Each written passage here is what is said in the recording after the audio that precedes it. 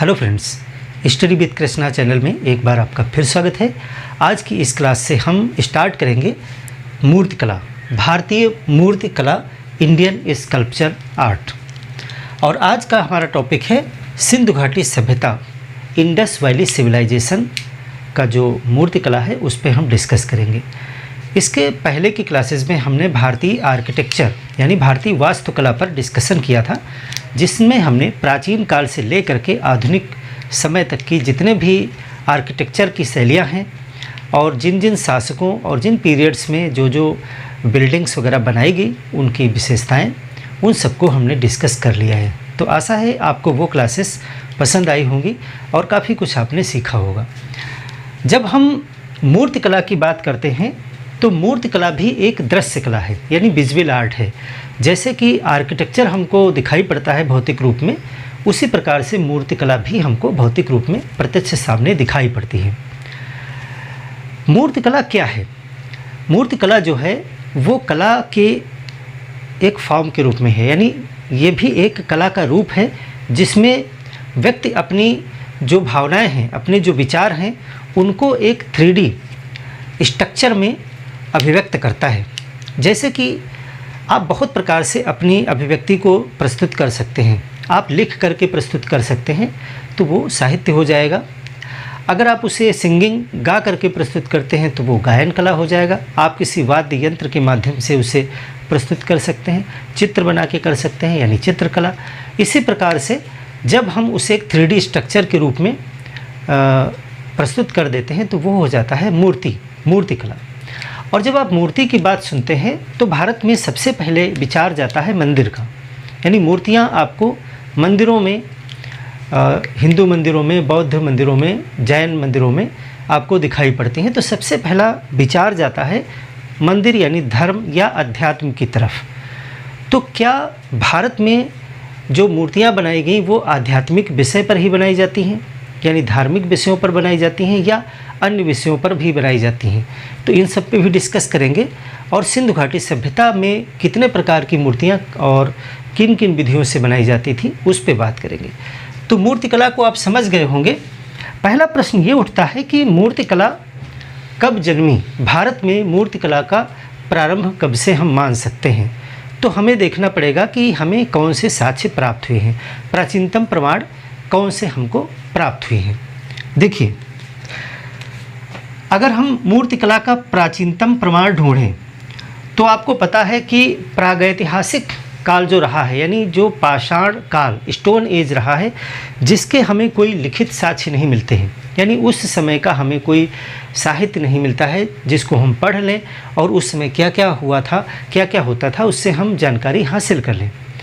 तो प्रागैतिहासिक काल का हमें सिर्फ साक्ष्यों के आधार पर ही आकलन करना होता है, कोई लिपि वगैरह उसकी नहीं प्राप्त होती है। तो उसमें आप जानते हैं पाषाण काल, स्टोन एज वो समय था जब मनुष्य जो है पत्थरों का प्रयोग किया करता था और उसी के द्वारा अपने सारे जीवन के क्रियाकलापों को संचालित करने का प्रयास करता था। तो इसमें जो सबसे पुराना समय है, यानी कि जब हम मानते हैं कि पाषाण काल जहाँ से शुरू हुआ उसको कहते हैं पुरा पाषाण काल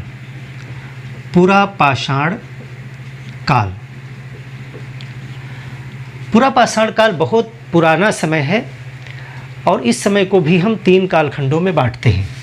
इसको भी हम 3 भागों में बांट लेते हैं। एक तो जो सबसे पुराना समय है तो उसको हम कहते हैं निम्न पुरा पाषाण काल, और इसके बाद में मध्य पुरा पाषाण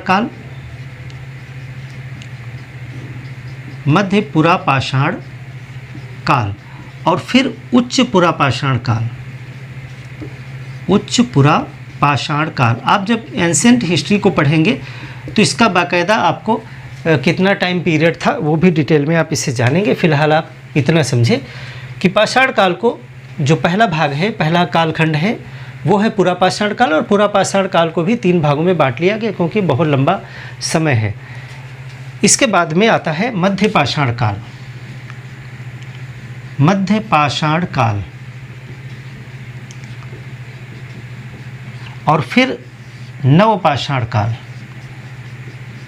नवपाषाण काल, और इसके आगे हम सिंधु घाटी की सभ्यता, हड़प्पन सिविलाइजेशन को पढ़ते हैं।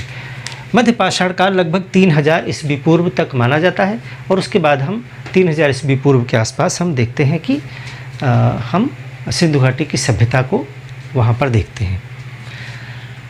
तो ये जो पुरापाषाण काल का तीसरा खंड है, उच्च पुरापाषाण काल, यही वो समय है जब मानव ने कई प्रकार की कलाएं शुरू कर दी थी, जैसे चित्रकला, वास्तुकला और मूर्तिकला। माना जाता है लगभग साथ ही साथ ये कलाएं जन्मी और साथ ही साथ इनका विकास होता गया। तो ये उच्च पुरापाषाण काल का समय जो है वह समय है जब हमें साक्ष्य प्राप्त होते हैं एक मूर्ति के। तो कौन सी मूर्ति हमें मिली है? तो उच्च पुरापाषाण काल, ये जो है यहाँ से हमें मूर्तिकला का प्रथम साक्ष्य प्राप्त होता है। मूर्तिकला का प्राचीनतम साक्ष्य यहाँ से हमें मिलता है, प्रमाण। क्या मिलता है और कहाँ से प्राप्त होता है? जब उसको हमने डेट पता लगाया कार्बन डेटिंग से, तो पता चला वो उच्च पुरापाषाण काल के समय का है। क्या मिला है?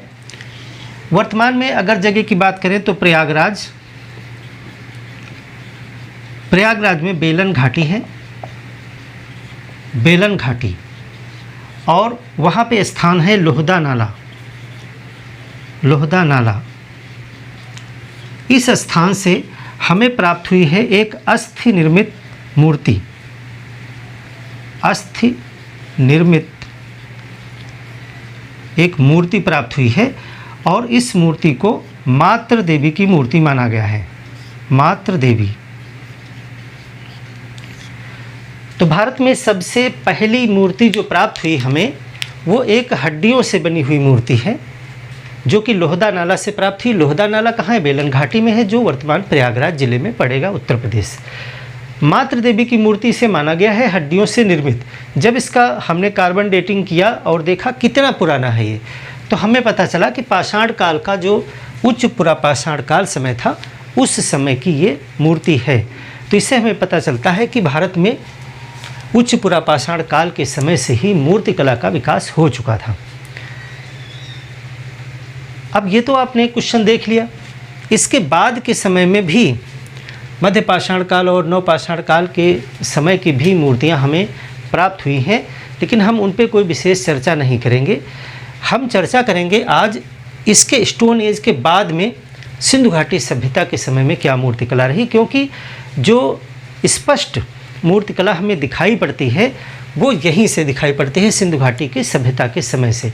इसके पहले जो मूर्तियाँ मिली हैं वो यत्र तत्र बिखरी हुई कहीं एक दो मूर्तियाँ प्राप्त हुई, जिनको हम सिर्फ इस रूप में मान्यता दे सकते हैं कि हाँ, सिंधु घाटी की सभ्यता से पहले से ही, उच्च पुरापाषाण काल के समय से ही हमारे देश में मूर्तिकला जन्म ले चुकी थी, और साथ साथ में चित्रकला भी जन्म ले चुकी थी। आप अभी हम जब चित्रकला पे क्लासेस करेंगे तो आप देखोगे कि भीमबेटका की गुफाएं मध्य प्रदेश में रायसेन ज़िले में, वहाँ पर चित्रकला के भी प्रमाण इसी समय के मिल जाते हैं। तो चित्रकला, मूर्तिकला, वास्तुकला, ये सब साथ साथ चलने वाली कलाएं हैं, साथ साथ इनका विकास होता गया। तो ये नोट कर लीजिएगा, इससे क्वेश्चन आपका बनेगा। आइए सिंधु घाटी सभ्यता पर बात करते हैं। अगर हम देखें कि भारत में जो मूर्तिकला है वो किन विषयों पर आधारित रही है, तो जैसा भी हमने शुरू में बताया कि अध्यात्म और धर्म, इन विषयों पर बहुतायत मात्रा में मूर्तिकला देखी जाएगी, अभी भी और पहले भी। लेकिन ऐसा नहीं है कि सिर्फ इन्हीं विषयों पर मूर्तिकला जो है भारत में बनाई जाती है। मूर्तियाँ बहुत विषयों पर बनाई जाती हैं। वो मनोरंजन के लिए हो सकती हैं, खेल खिलौनों के रूप में हो सकती हैं, शिक्षा के दृष्टिकोण से भी हो सकती हैं, विज्ञान के दृष्टिकोण से मूर्तिकला, और सामाजिक पहलू, सामाजिक क्रियाकलापों को दिखाने वाली मूर्तिकला, और सबसे ज़्यादा मात्रा में आध्यात्मिक और धार्मिक मूर्तिकला आपको देखने को मिलेगी। यवन यानी यूनान, जिसको हम ग्रीक बोलते हैं,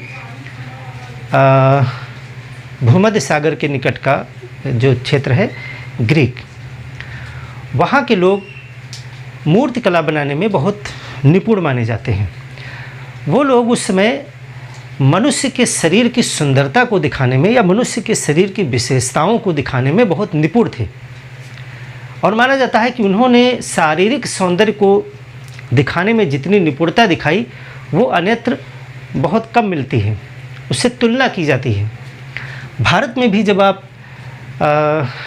गांधार, मथुरा और अमरावती शैलियाँ, जो मूर्तिकला की शैलियाँ हैं, उनको पढ़ेंगे तब हम वहाँ पे डिस्कस करेंगे कि किस प्रकार से ग्रीक यानी यूनान की मूर्तिकला का प्रभाव भारतीय क्षेत्र में भी आपको देखने को मिलेगा। कैसे भारत के गांधार शैली में उनका हस्तक्षेप है यानी उस कला का योगदान है, तो वो उस पर हम आगे डिस्कस करेंगे। जब हम मूर्तिकला की बात करते हैं तो तीनों शैलियों के नाम सबसे पहले आपके दिमाग में आ गए होंगे, अगर नहीं भी आ रहे हैं तो भी एग्ज़ाम में ज़रूर आएंगे, इसलिए इसको दिमाग में आना ज़रूरी है। भारत में मूर्तिकला की 3 प्रमुख शैलियाँ हैं। गांधार शैली, जो गांधार के क्षेत्र में यानी वर्तमान में अफ़गानिस्तान और पाकिस्तान का पेशावर क्षेत्र और भारत का कुछ पश्चिमोत्तर का क्षेत्र उसमें पड़ेगा, इस इलाके में डेवलप हुई। दूसरी शैली है मथुरा शैली, जो मथुरा के आसपास के इलाकों में पैदा हुई। और तीसरी है अमरावती, जो अमरावती आंध्र प्रदेश के क्षेत्र में जिसका उद्भव हुआ और विकास हुआ। तो 3 शैलियाँ आपके मस्तिष्क में आ गई होंगी, लेकिन ये तीनों शैलियाँ भारत में अभी नहीं हैं। सिंधु घाटी सभ्यता के समय में कोई स्पष्ट शैली मूर्तिकला की नहीं दिखाई पड़ती है।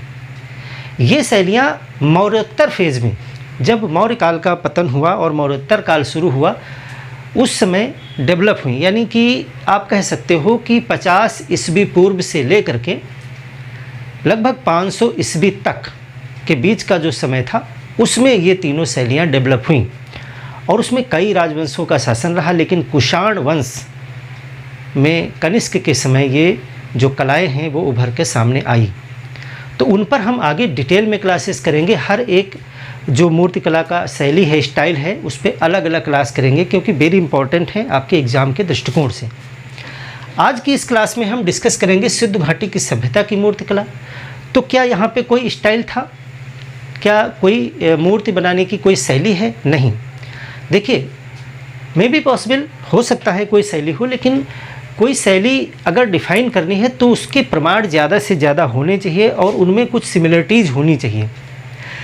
जैसे कि मंदिरों की शैली में जब आप पढ़ते हो, तो अगर आप कहते हो कि ये द्रविड़ शैली का मंदिर है, तो आपके पास कुछ उदाहरण होते हैं मंदिरों के जिनमें कुछ समानताएं होती हैं, जैसे कि गुंबद कैसे होंगे, मीनार कैसे होंगे, दरवाजे कैसे होंगे, परिसर कैसे हैं, खिड़कियां कैसी हैं, गर्भगृह कैसा है, मंडप कैसा है। तो वो आप देखोगे कि सभी मंदिरों में एक स्टाइल को फॉलो किया गया है, एक रूपता है। तभी हम कहते हैं कि ये सभी मंदिर एक ही जैसे बने हुए हैं, तो ये एक तरीका है बनाने का, और उसी तरीके को तो शैली कहा जाता है, स्टाइल कहा जाता है। लेकिन अगर आपके पास केवल एक ही नमूना है, वो अलग प्रकार का है, दूसरा नमूना दूसरे प्रकार का है, तो उसमें कोई शैली नहीं मिलती है। तो सिंधु घाटी की सभ्यता में कोई मूर्तिकला की शैली नहीं है, लेकिन मूर्तिकला के 3 प्रकार हैं यहाँ पर।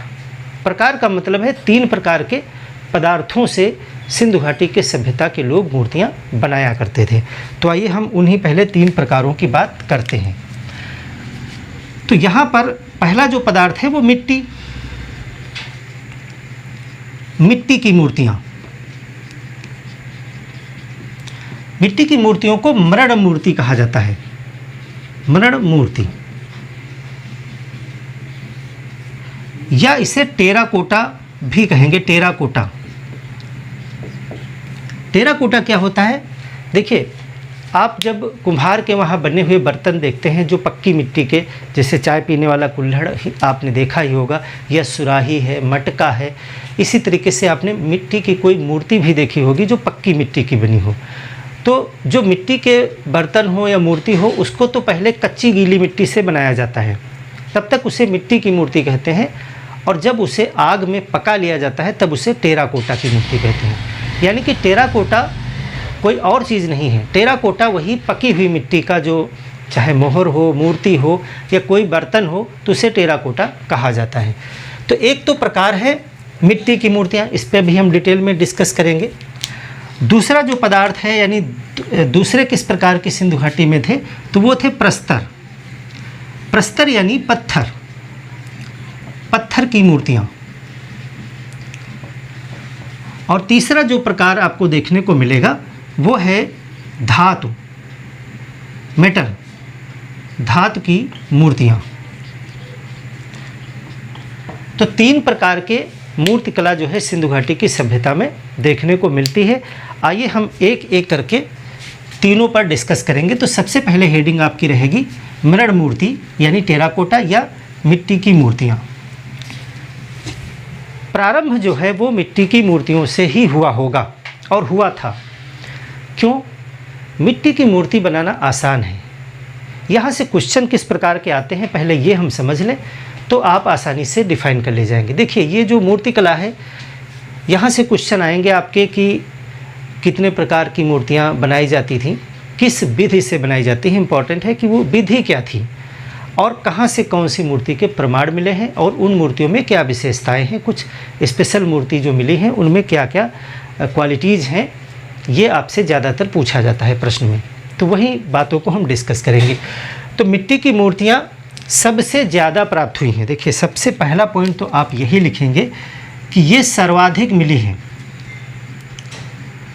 सर्वाधिक हैं, अर्थात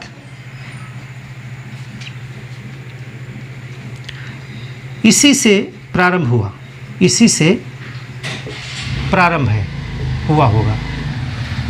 यानी कि जब सिंधु घाटी की सभ्यता के लोगों ने मूर्ति बनाना शुरू किया तो पहले मिट्टी की मूर्तियां ही बनाना शुरू किया था और इसीलिए इसके सर्वाधिक प्रमाण मिलते हैं। ऐसा क्यों है? इसके पीछे का लॉजिक ये है कि मिट्टी सर्वत्र उपलब्ध है, आसानी से हर एक व्यक्ति की पहुंच में है और इसका जो बनाने का तरीका है वो आसान है। कोई भी व्यक्ति जो है मिट्टी की मूर्ति बना सकता है आसानी से। आप भी बना सकते हैं। मिट्टी गीली लाइए और उससे आप आसानी से अपने हाथों का प्रयोग करके आप मूर्ति बना सकते हैं, कोई आकृति बना सकते हैं, उसे पका सकते हैं आसानी से।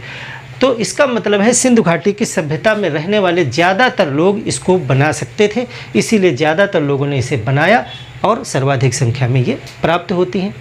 इसी की जगह जैसे धातु की मूर्ति हो या पत्थर की मूर्ति हो तो उसको बनाना उतना आसान नहीं है।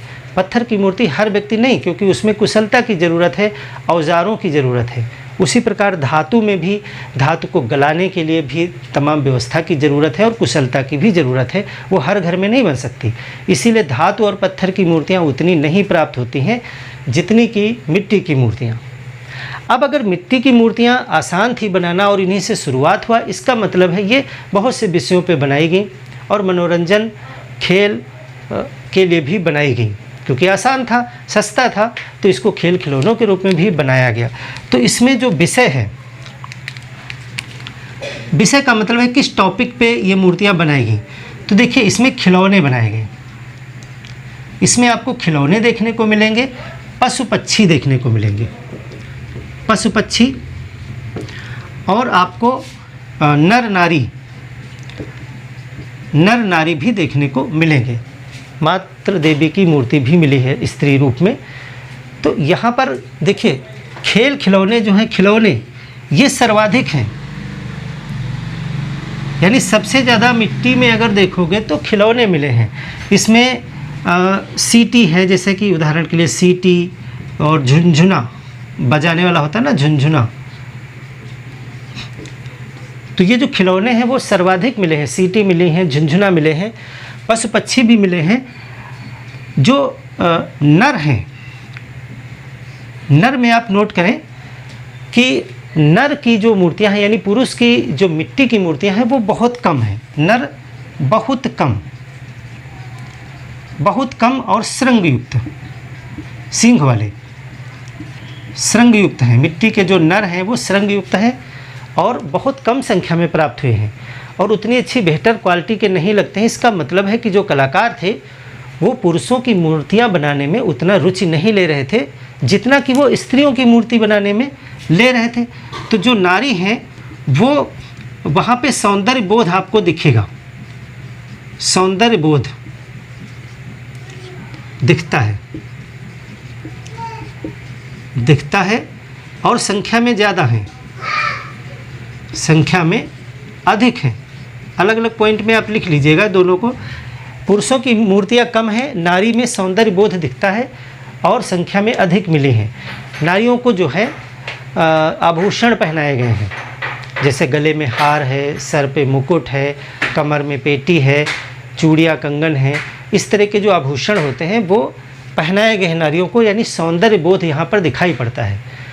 तो भारत में जो मूर्तिकला है उसमें आध्यात्मिकता तो है ही, साथ साथ सौंदर्य बोध भी दिखाई पड़ता है।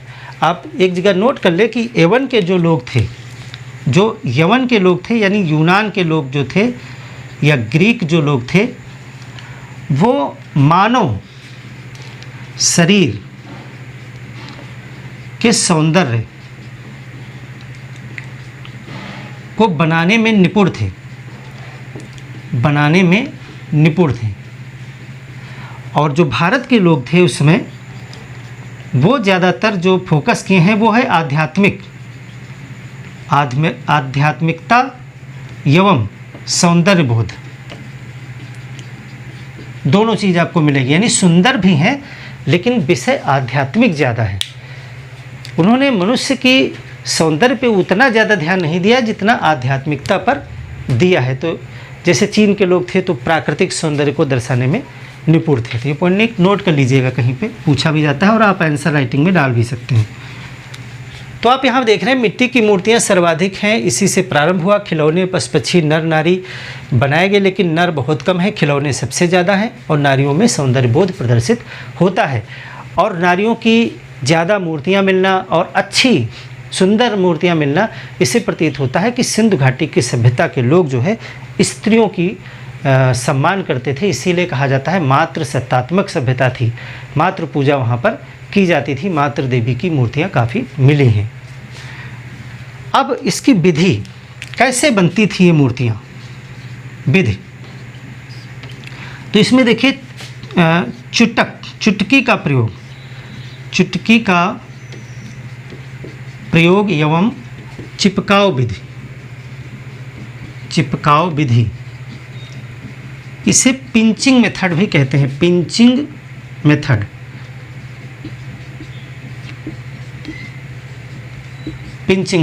या पिंचिंग टेक्निक। अब ये क्या है, इसको आपको लिखना होगा, तो मैं बता देता हूँ आपको, इसे नोट डाउन कर लीजिएगा। विधि चुटकी का प्रयोग करके, यानी हाथ के अंगूठे और उंगलियों का इस्तेमाल करते तो चुटकी कही जाती है। जब भी आप मिट्टी का कोई कुछ बनाने की कोशिश करेंगे तो आप ऐसे दबा दबा के चुटकियों से आप उसे आकार देंगे। यानी सिंधु घाटी सभ्यता के लोग, और आज भी मिट्टी का ऐसे ही बनता है, चुटकी का प्रयोग करके मूर्तियों के अंग प्रत्यंग बनाते थे। एक बार में भी जो बन जाने वाली है सरल संरचना तो एक बार में बन जाती थी।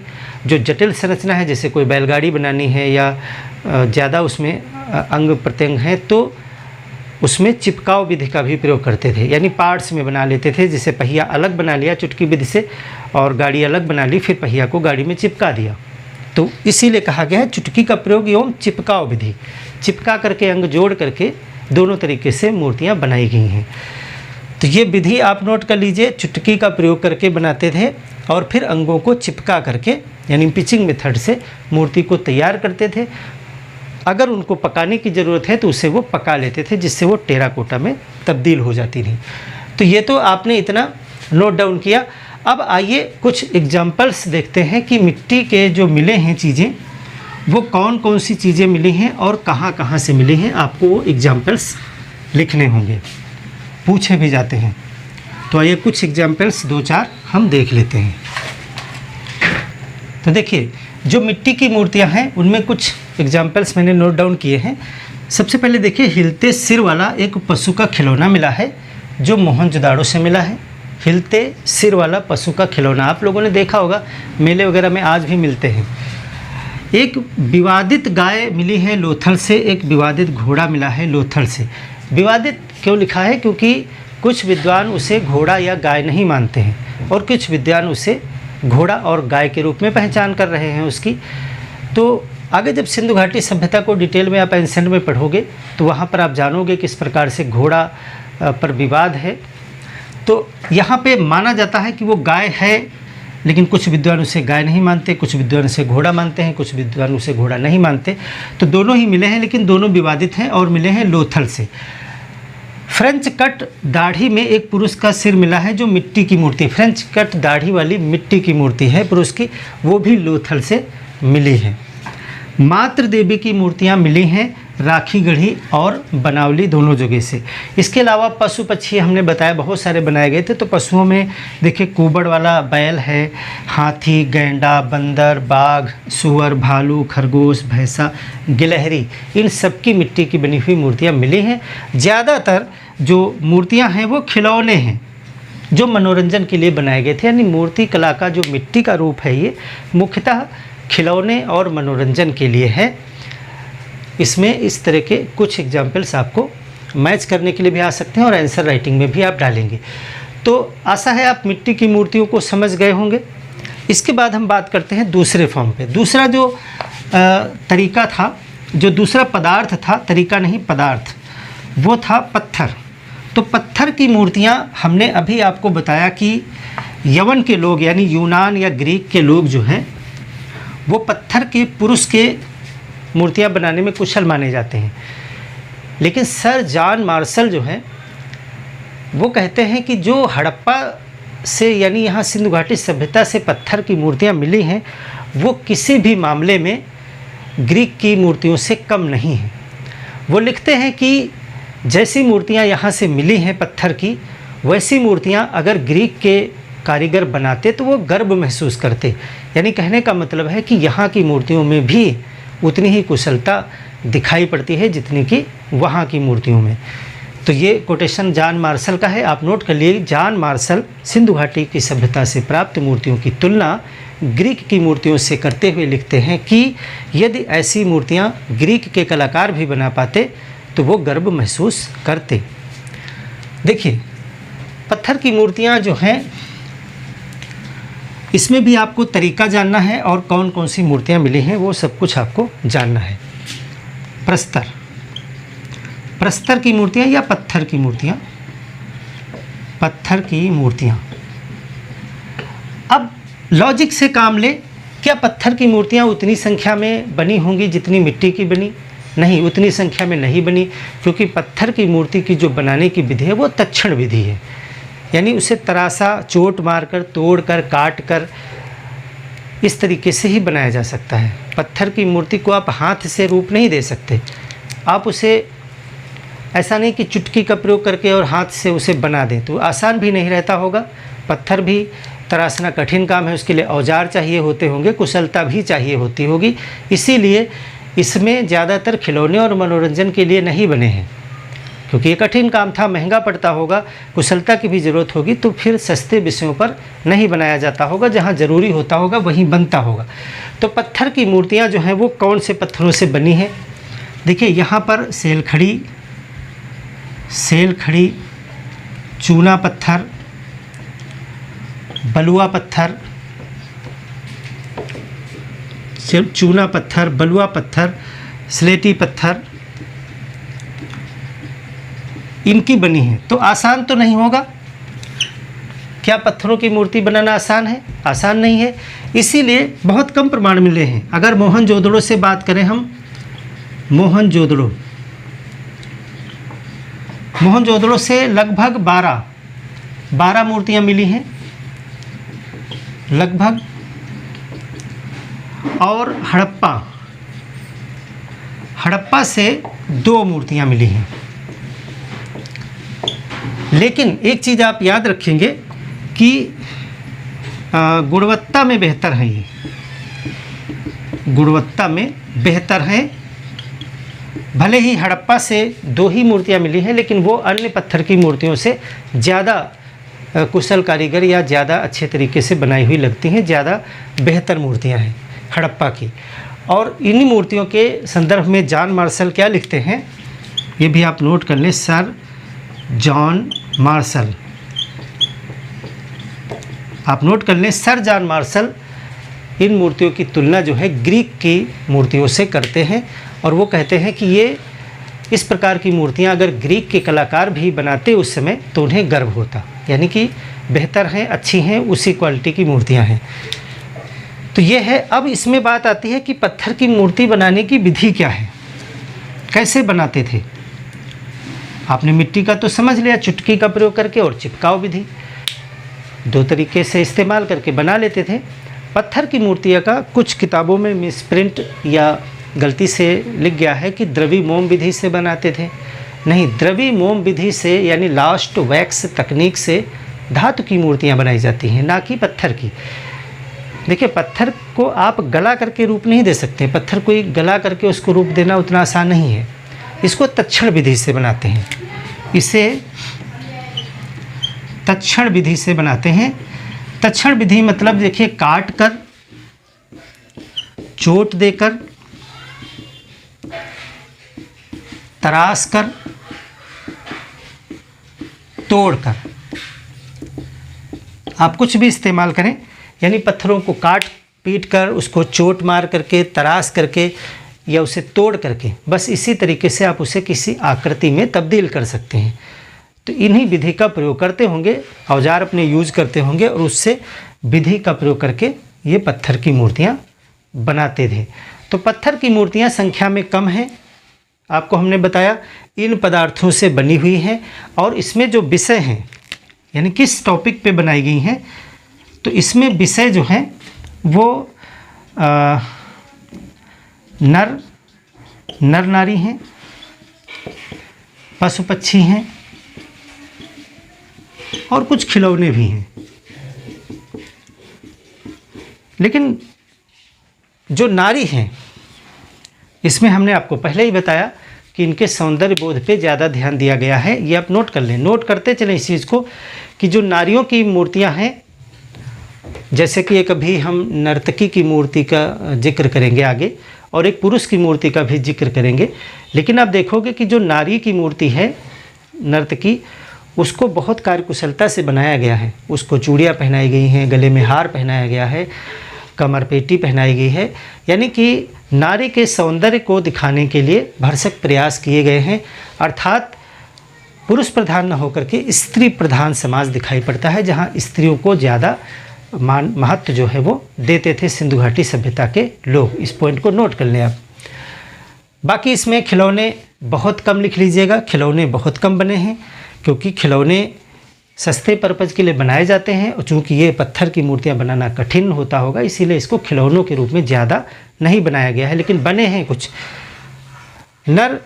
नर जो हैं वो बहुत कम संख्या में बने हैं। वो चाहे मिट्टी की मूर्ति में ले लें, चाहे पत्थर में, चाहे आगे धातु में देखेंगे तो नर की मूर्तियाँ उतनी नहीं हैं जितनी स्त्रियों की हैं। स्त्रियों की संख्या ज़्यादा है और ज़्यादा सुंदर मूर्तियाँ हैं।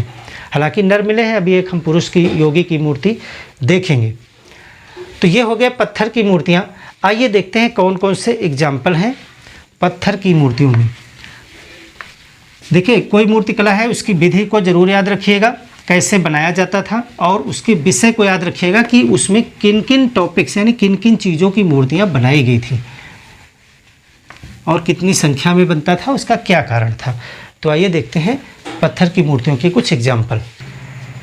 देखिए, पत्थर की मूर्तियाँ जैसे हमने बताया कि तराश कर, काट कर बनाई जाती थी और इनको नट बोल्ट या रिपीट के माध्यम से जोड़ा भी जाता था। जैसे हाथ वगैरह अलग से जोड़े जाते थे तो वो भी किया जाता था। जोड़ना भी उसमें लिख लीजिएगा कि रिपीट या बोल्ट वगैरह का प्रयोग करके अंगों को जोड़ कर भी बनाई जाती थी। देखिए, पहले एक मिली है सन्यासी योगी की एक मूर्ति, जो मैं अभी नर्तकी की मूर्ति बता रहा था, वो आगे हम देखेंगे भी जब धातु पे पहुँचेंगे तो वहाँ पर आप देखेंगे कि नारी सौंदर्य को कैसे वो बनाते थे। धातु की मूर्तियों में उसे देखेंगे हम। सन्यासी योगी की एक स्टेटाइट की मूर्ति मिली है मोहनजोदड़ो से। इसकी कुछ विशेषताएँ हैं जो अक्सर पूछी जाती हैं। ये मूछ विहीन है, यानी मूछें नहीं हैं। दाढ़ी इसके है, सिर पर एक रिबन यानी एक पट्टी बांधे हुए हैं और कंधे पर एक शॉल, रेशमी शॉल प्रतीत होती है डिजाइन वाली, इस तरह कंधे से एक शॉल डाले हुए है। अधखुले नेत्र हैं, आधे बंद आधे खुले, और दृष्टि आँखें जो हैं वो नाक पर केंद्रित हैं, नाक की तरफ देखता हुआ जो है सन्यासी योगी का जो ये मूर्ति है वो कहाँ से मिली है, ये मोहनजोदड़ो से मिली है। एक मानव मस्तक मिला है मोहनजोदड़ो से। एक नग्न पुरुष का धड़ मिला है जिसके हाथ वगैरह अलग से जोड़े गए होंगे, और ये नग्न है। ये हड़प्पा से मिला है। इसको माना जाता है कि ये आदिम शिव है और लाल चूना पत्थर और उभरी हुई मांसपेशियाँ उभारदार बनी है और बिल्कुल इनकी क्वालिटी देख करके ऐसा लगता है जैसे ग्रीक के लोग बनाते थे वैसे ही। सेल खड़ी का एक कुत्ता मिलता है हड़प्पा से। भेड़ एवं हाथी की एक कंबाइन एक संयुक्त मूर्ति मिली है मोहनजोदड़ो से। इतने एग्जाम्पल सफिशिएंट हैं, यही आपसे पूछे जाते हैं। तो पत्थर की मूर्ति में हमने आपको विषय बताए जो कि पशु पक्षी तो हैं ही, साथ में मनुष्य हैं, मनुष्य बनाए गए, तो यही विषय हैं। खिलौने वगैरह बहुत कम हैं, बहुत कम। तो ये हो गया पत्थर की मूर्तियाँ। अब आइए धातु की मूर्तियों को देखते हैं। धातु की मूर्तियाँ कैसे बनती थीं और क्या क्या टॉपिक उसमें बनाए जाते थे।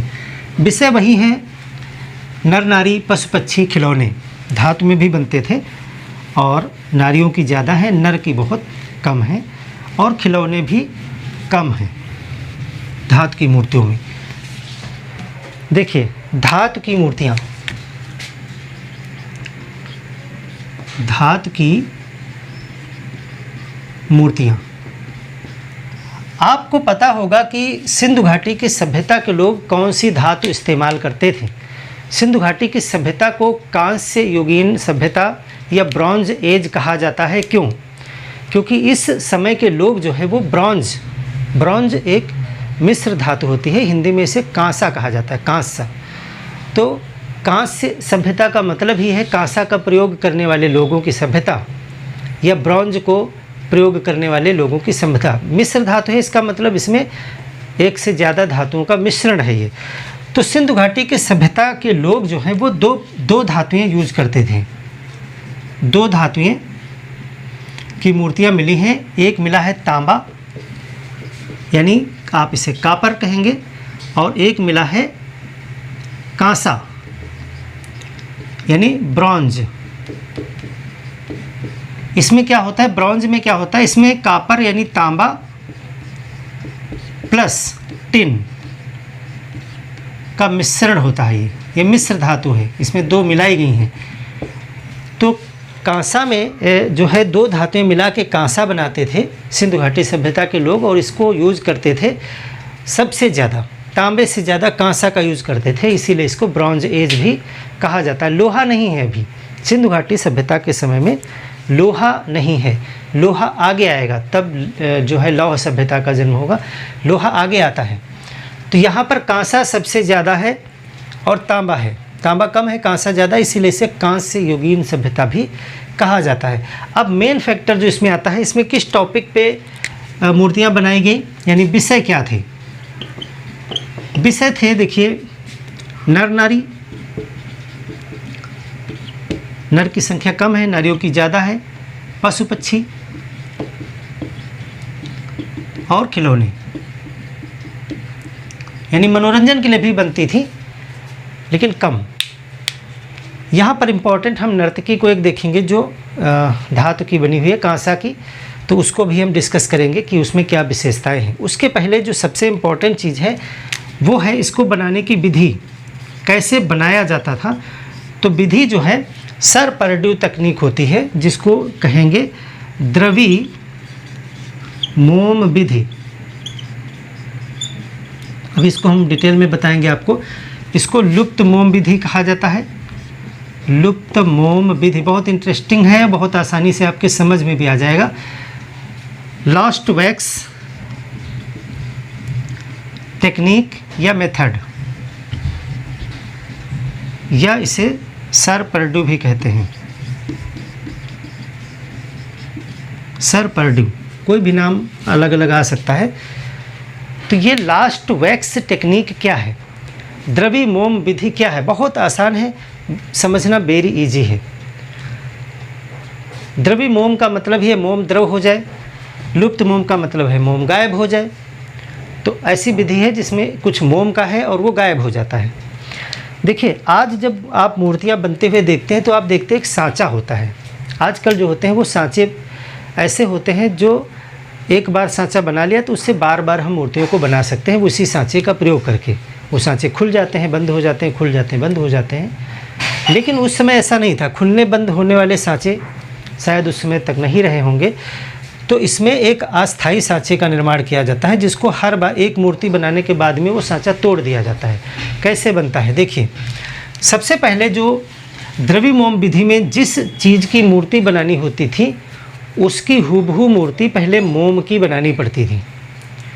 मोम की क्यों बनाएंगे, देखिए मोम को गला के उसको मूर्ति रूप देना आसान है, उसको छोटे औजारों से तराश करके आप उसकी मूर्ति आसानी से बना सकते हैं।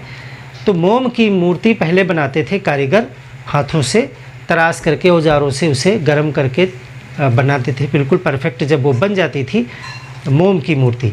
तो द्रवी मोम विधि में सबसे पहले एक मोम की मूर्ति बनाई जाती है, फिर उस मोम की मूर्ति के चारों तरफ गीली मिट्टी का, गोबर का एक लेप चढ़ाया जाता है, मोटा लेप चढ़ा देते थे मिट्टी का। कैसे हो जाता था देखिए, जैसे कि ये कोई मूर्ति है, इस तरीके की कोई मूर्ति हमें बनानी है, तो पहले मोम की मूर्ति बना लिया, फिर इस मोम की मूर्ति के चारों तरफ जो है मिट्टी की एक परत चढ़ा देते थे, मोटी मिट्टी की परत चढ़ा देते थे। इस तरीके से ये मोम के चारों तरफ हमने मिट्टी को लपेट दिया, गीली मिट्टी को लपेट के उसे बंद कर दिया, बिल्कुल ढक दिया चारों तरफ से। मिट्टी और गोबर का मिश्रण वगैरह बना करके उसे हमने पूरी तरीके से ढक दिया है।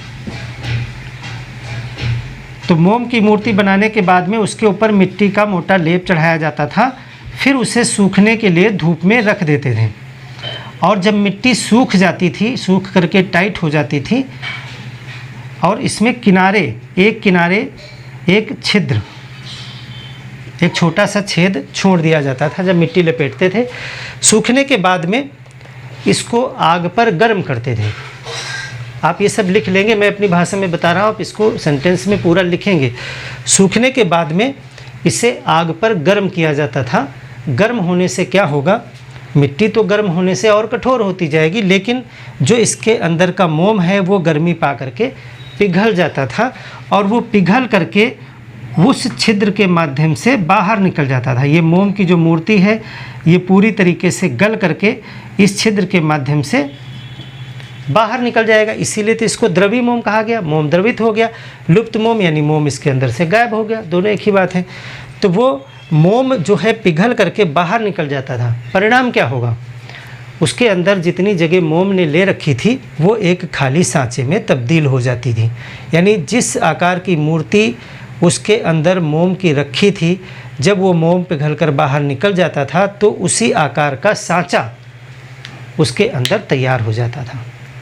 अब हम जिस धातु की मूर्ति बनाना चाहते हैं, जैसे तांबा या कांसा, उसको गर्म करके द्रव अवस्था में लाते थे, फिर इस सांचे में, इसको उल्टा कर लेंगे, उसी छिद्र के माध्यम से धातु को इसके अंदर डालते थे, पिघली हुई धातु को इसके अंदर डालते थे, और वो धातु उस खाली स्थान में बिल्कुल उसी रूप को ले लेती थी जिस रूप की मूर्ति मोम की उसके अंदर पहले थी।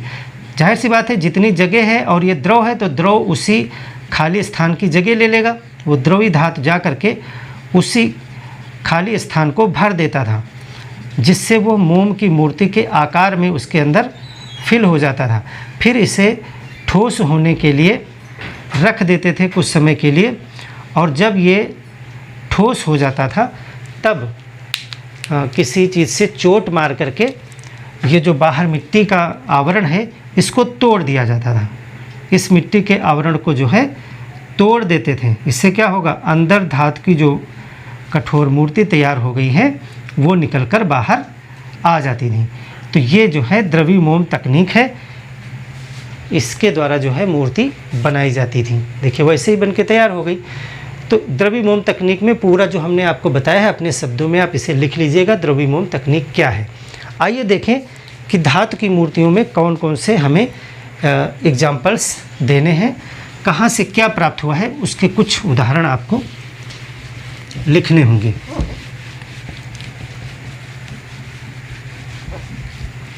चलिए देखते हैं। देखिए धातु की मूर्तियों में कांसे की एक नर्तकी मिली है। नर्तकी इसको इसलिए कहा गया क्योंकि ये नृत्य मुद्रा में है, कांसे की है, 1926 में प्राप्त हुई थी मोहनजोदड़ो से।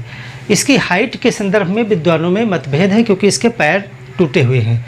तो 10.5 सेंटीमीटर कुछ लोग मानते हैं, कुछ लोग इसको 14 सेंटीमीटर यानी 14 सेंटीमीटर मानते हैं। तो विवादित है, दोनों आपको याद रखना है।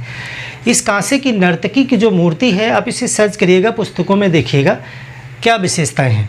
ये वस्त्र विहीन है, फिलहाल तो मूर्ति वस्त्र विहीन है, लेकिन ये नहीं कहा जा सकता कि ये वस्त्र पहने हुई थी, पहनाते थे इसे या नहीं। हो सकता है कि अलग से वस्त्र पहनाए जाते हों और कालखंड इतना समय गुजर गया तो वस्त्र डिस्ट्रॉय हो गए होंगे। मूर्ति कठोर थी तो अभी तक बची हुई है। तो वस्त्र विहीन मिली है, वस्त्र विहीन आप लिखेंगे। दाएं हाथ में कलाई से लेकर कंधे तक चूड़ियाँ पहने हुए हैं, एवं ये इस हाथ को लटकाए हुए हैं नीचे। लेकिन जो बायां हाथ है वो कमर पे रखे हुए हैं और इसमें 3 से 4 चूड़ियाँ हैं बस कलाई में, और इसको कमर पे रखे हुए हैं। ये त्रिभंगी मुद्रा में है। त्रिभंगी मुद्रा का मतलब है सर, और सर से लेके कमर, सर जो है अलग दिशा में, और सर से कमर तक अलग कोण, और फिर कमर से नीचे का अलग कोण। 3 कोण में शरीर मुड़ा होता है, उसको त्रिभंगी मुद्रा कहते हैं। ये नृत्य मुद्रा मानी जाती है, तो नृत्य मुद्रा इसीलिए इसको नर्तकी माना गया। गले में हार पहने हैं, कमर में कमरबंद पहने हैं, यानी आभूषण युक्त है। चूड़ियाँ हैं, कमरबंद है, गले में हार है। हमने पहले भी आपको बताया कि स्त्रियों के सौंदर्य बोध पर अधिक ध्यान दिया जाता था, चाहे वो मिट्टी की मूर्तियाँ हों और चाहे आप यहाँ धातु की मूर्तियाँ देख रहे हैं। तो यहाँ पे आभूषण वगैरह हैं। मिट्टी वाली मूर्तियों में आप लिख लीजिएगा ये पॉइंट वहाँ भी कि स्त्रियों के सौंदर्य पर ध्यान दिया जाता था। स्त्रियों की आँखें, स्तन और आभूषण अलग से चिपकाए जाते थे। ये पॉइंट उसमें मिट्टी वाले मूर्ति में नोट कर लीजिएगा कि स्त्रियों के स्तन, उनकी आँखें और आभूषण वगैरह अलग से चिपकाए जाते थे, उसमें चिपकाओ विधि से। तो यहाँ पर देखिए हमने बताया ये कांसे की नर्तकी की विशेषताएं। और क्या मिला है, एक कांसे का वृषभ यानी बैल मिला है मोहनजोदड़ो से। कांसे की एक पहिया वाली गाड़ी मिली है चन्हूदड़ो से। एक तांबे का कुत्ता मिला है लोथल से। तांबा और कांसा की रथनुमा गाड़ी मिली है दायमाबाद से, और तांबे की एक मानव आकृति मिली है लोथल से। तो कुछ ये इम्पॉर्टेंट एग्जाम्पल्स हैं जो आपको देने हैं। तो हमने देखा कि भारतीय मूर्तिकला का जन्म जो है वो उच्च पुरापाषाण काल के समय से हो चुका था। अस्थि की हमें मूर्ति मिली लोहंदा नाला प्रयागराज से। उसके बाद हम देखें सिंधु घाटी की सभ्यता में स्पष्ट रूप से मूर्तिकला दिखाई पड़ती है, जहाँ 3 प्रकार की मूर्तियाँ बन रही हैं। मिट्टी की मूर्तियाँ जो बहुत ज़्यादा मात्रा में बनाई गई हैं, लेकिन खिलौने और मनोरंजन के दृष्टिकोण से बनाई गई हैं। उसमें पुरुषों की मूर्तियाँ बहुत कम हैं, नारियों की ज़्यादा हैं, और खेल खिलौने के सबसे ज़्यादा हैं। मिट्टी की मूर्ति को कैसे बनाते थे, चुटकी का प्रयोग करके बनाते थे, चिपकाओ विधि से बनाते थे, और अगर उसे पका देते थे तो टेराकोटे का मूर्ति वो कही जाती थी, टेराकोटा। फिर हमने पत्थर की मूर्तियाँ देखा, सेल खड़ी, चूना पत्थर, बलुआ पत्थर, स्लेटी पत्थर, इनका इस्तेमाल करके पत्थरों की मूर्तियाँ बनाते थे। पत्थरों की मूर्तियाँ खेल खिलौने के लिए नहीं ज़्यादा बनती थीं। इसमें पुरुषों की, मनुष्यों की और पशु पक्षियों की मूर्तियाँ ज़्यादा बनाई गई हैं, जिसमें हमने सन्यासी, योगी वगैरह की मूर्तियों का उदाहरण आपको दिया। इनको बनाने का तरीका था तराशना यानी तत्क्षण विधि, जिसमें पत्थर को चोट मार करके उसे तोड़ कर, काट कर, तराश कर जो है मूर्ति का रूप दिया जाता रहा होगा। फिर तीसरी मूर्ति हमने देखी धातु की मूर्ति। धातु में तांबा और कांसा 2 का प्रयोग करते थे। चूँकि ये महंगी तकनीक है तो यहाँ पर भी खेल खिलौने कम बनाए जाते थे। हालांकि हैं खेल खिलौने वाले भी हैं, लेकिन ज़्यादातर जो है पशु पक्षी और नर नारी बनाए गए हैं, जिसमें नर कम हैं और नारियों की ज़्यादा मूर्तियां हैं। नारियों की जो मूर्तियां हैं वो आभूषण युक्त हैं और उनके सौंदर्य पर ध्यान दिया गया है।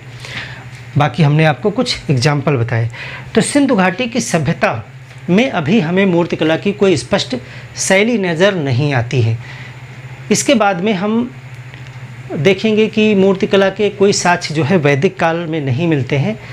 हालांकि उसके प्रमाण जो है ऋग्वेद वगैरह में मिलते हैं कि 100 गायों के बदले इंद्र की मूर्ति खरीदने का प्रयास किया गया था। इस तरह की कोटेशन मिलते हैं, लेकिन कोई साक्ष्य हमें नहीं मिलते हैं। फिर हम मौर्य काल में जब पहुँचेंगे तो मौर्य काल में जो है यक्ष और यक्षिणी की मूर्तिकला और जो पशुओं की मूर्तिकला आप स्तंभों के ऊपर देखते हैं उन पर डिस्कस करेंगे नेक्स्ट क्लास में हम कि मौर्य काल की मूर्तिकला कैसी थी। और उसके बाद सबसे इम्पॉर्टेंट टॉपिक शुरू होगा मौर्योत्तर काल की मूर्तिकला, जिसमें हम 3 जो सबसे प्रमुख शैलियाँ हैं इंडियन स्कल्पचर की, यानी गांधार शैली, मथुरा शैली और अमरावती शैली, उन पे हम अलग अलग क्लास करेंगे डिटेल में। बहुत इंपॉर्टेंट टॉपिक है, उसको पढ़ेंगे। तो मूर्तिकला के संदर्भ में ये क्लास आपको कैसे लगी कमेंट करके बताइएगा। मिलते हैं एक और बेहतर क्लास के साथ में, तब तक के लिए धन्यवाद।